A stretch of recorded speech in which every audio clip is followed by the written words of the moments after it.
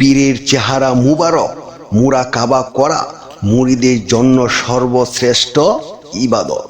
এ ধ্যানের মাধ্যমে পীরের সিনা হইতে মুরিদের সিনায় যে পায়েস ওয়ারিদ হয়, উক্ত পায়েসে মুরিদের মুর্দা দিল আল্লাহু আল্লাহু জিগিরে জিন্দা হয়।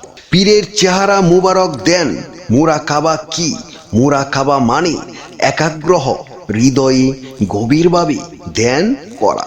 যে অন্তরের পর্দায় সে চেহারা ভেসে ওঠে, সাধারণ চোখে এটি এক দৃশ্য হলেও রুহানিয়তের দৃষ্টিতে এটি একটি আত্মিক সংযোগ। পীরের চেহারা হলো এক জ্যোতিময় আয়না, যার মাধ্যমে মুরিদ নিজের আসল রুহানি সত্তাকে দেখতে শিখে। এটি কেবল স্মরণ নয়, এটি হচ্ছে জান দিলে ইত্তিসাল, হৃদয়ের সাথে হৃদয়ের সংযোগ।